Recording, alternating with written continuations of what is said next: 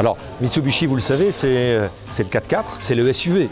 C'est ce qui a fait, je dirais, la renommée de la marque à travers le Pajero, à travers le Paris-Dakar, etc. Mais aujourd'hui, les conditions d'utilisation des voitures ont un peu changé et les réglementations durcissent au niveau de l'environnement, de la consommation, du bruit, des émissions de CO2. Et Mitsubishi se tourne résolument vers les produits qui défendent l'environnement, donc en particulier les véhicules électriques. Quelques éléments techniques concernant cette voiture. Elle est effectivement assez révolutionnaire dans la mesure où, sur une carrosserie d'un véhicule qui existe déjà et qui est déjà distribué sur le marché mondial, qui s'appelle l'Outlander, Mitsubishi a voulu mettre en valeur ses capacités de développement technologique avancé. Et sur cette voiture précisément, vous avez donc deux moteurs électriques, un moteur électrique qui entraîne les roues avant et un moteur électrique qui entraîne les roues arrière. C'est la raison pour laquelle nous l'avons appelé Outlander électrique. Certains nous ont dit, mais pourquoi n'appelez-vous pas cette voiture hybride?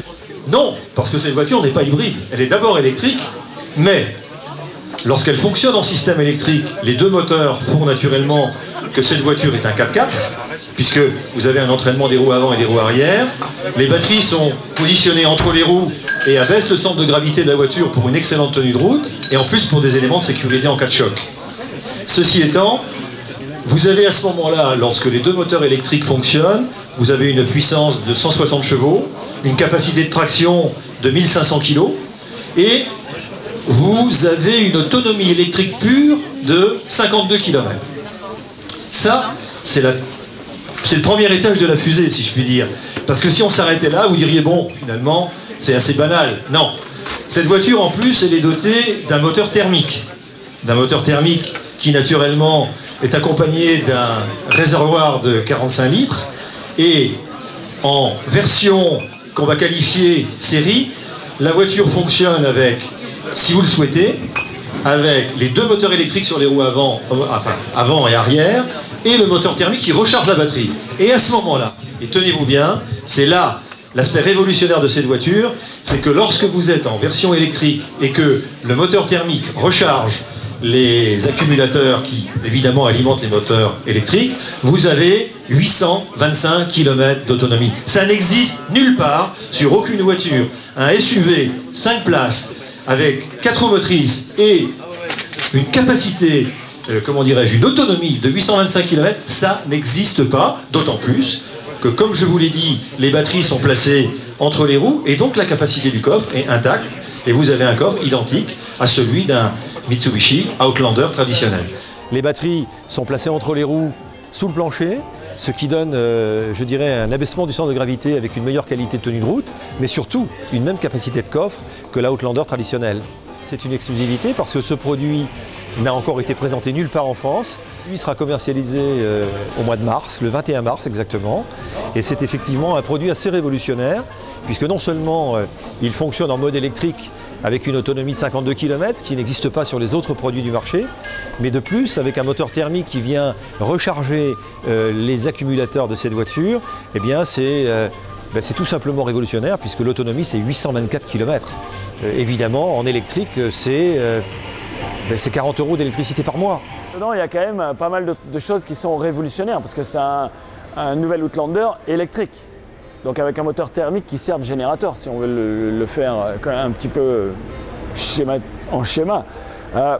Je languis de l'essayer parce que je languis qu'une chose, c'est de voir la capacité de l'électrique. L'électrique, vous savez, on passe la puissance au sol très facilement et on modifie les courbes de puissance comme on veut. Et je pense que ça peut être un élément vraiment de sécurité sur la neige, en termes de freinage, en termes de frein moteur, pour éviter justement tous les problèmes de l'ABS sur la neige, en traction. Voilà. Donc je languis de l'essayer vraiment en conditions un tout petit peu, je dirais, d'adhérence précaire sur la neige, sur la glace, etc. Mais il y aura une répartition vraiment de puissance qui peut aller de 100% devant à 100% derrière, vraiment assez vite. Et c'est ça qui va être nouveau. Et en plus, c'est complètement écologique parce qu'on a à peu près une cinquantaine de kilomètres d'autonomie électrique tous les jours. Et ça, je pense qu'on peut rouler sans le moteur si on fait que des petits trajets, sans le moteur thermique, complètement électrique. Et ça, je veux dire, pour une transmission intégrale, c'est vraiment un plus. Et c'est carrément pratiquement une première fois en Europe. Donc voilà, Mitsubishi est quand même aussi à la pointe de la technologie, tout en gardant je dirais, un plaisir de conduire et une voiture qui soit une voiture utilisable, normale, quoi, un format SUV familial. Les relations qu'on a avec Mitsubishi sont importantes, elles durent depuis 15 ans. Mon premier Dakar, je l'ai fait en 98 à leur côté, on l'a gagné à leur côté. Et je voudrais remercier aussi Bernard Mingré qui est ici ce soir, qui est un des concepteurs et des papas du Pajero. On peut l'applaudir parce que c'est lui qui a fait gagner la marque Mitsubishi sur le Dakar. Et d'ailleurs, il va peut-être nous rejoindre, Bernard, vite fait.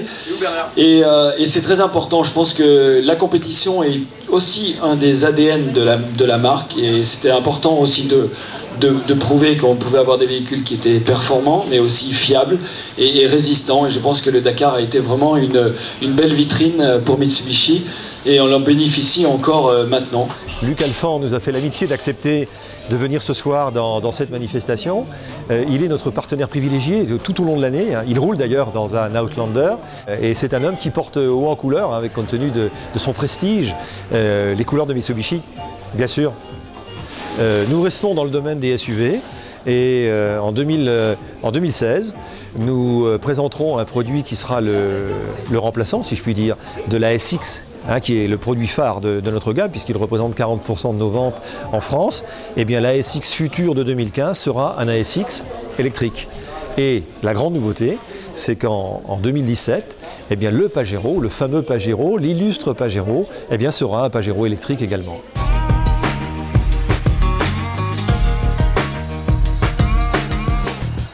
Donc nous on arrive sur des parkings au travail, à la maison, où les gens veulent qu'on intervienne. On monte les pneus en à peu près 40 minutes, 45 minutes. Et voilà, après on a 8 ou 9 clients par jour. Et on arrive à faire tourner 2 camions pour l'instant.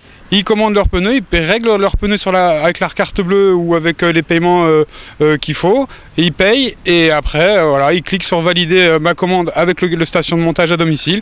Et au bout de 4-5 jours, on vous contacte pour venir vous monter les pneus à la maison. Pour l'instant, on essaye de se développer, on essaye et puis pour l'instant, ça a l'air de marcher.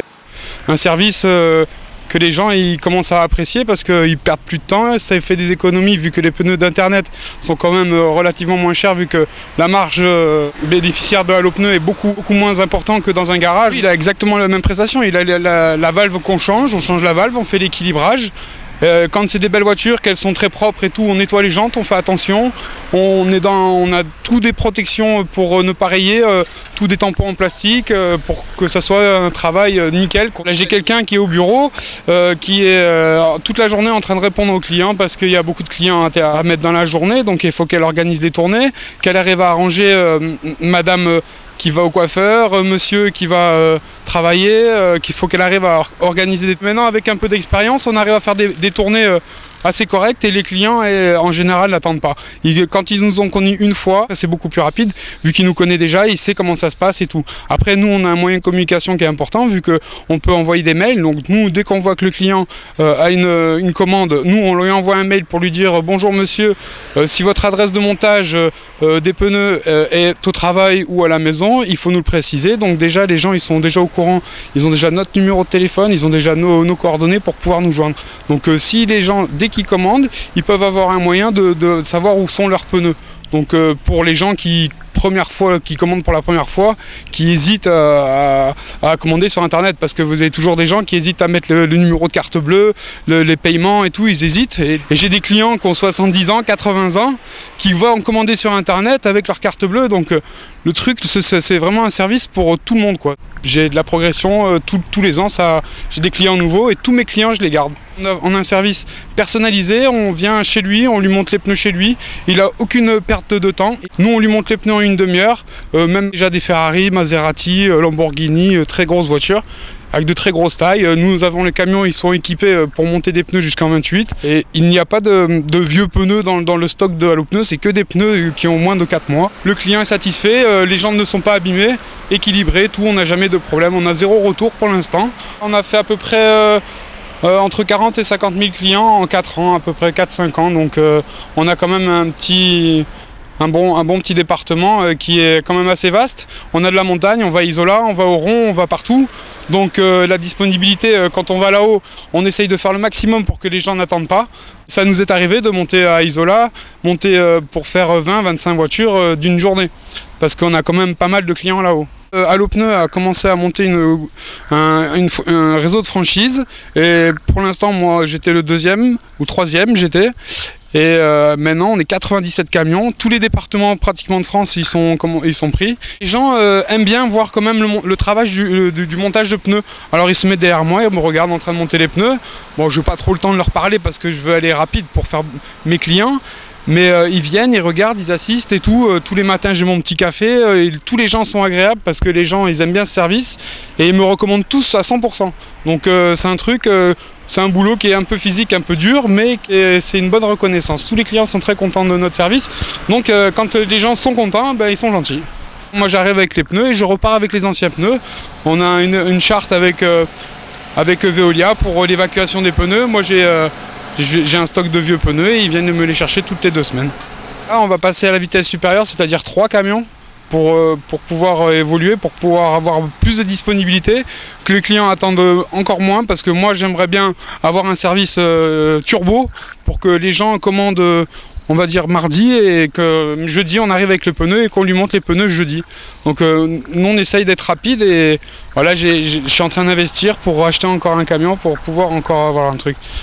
Alors après c'est un boulot qui est quand même physique et pour trouver les personnes à mettre dans le camion c'est un peu compliqué mais bon on y arrive.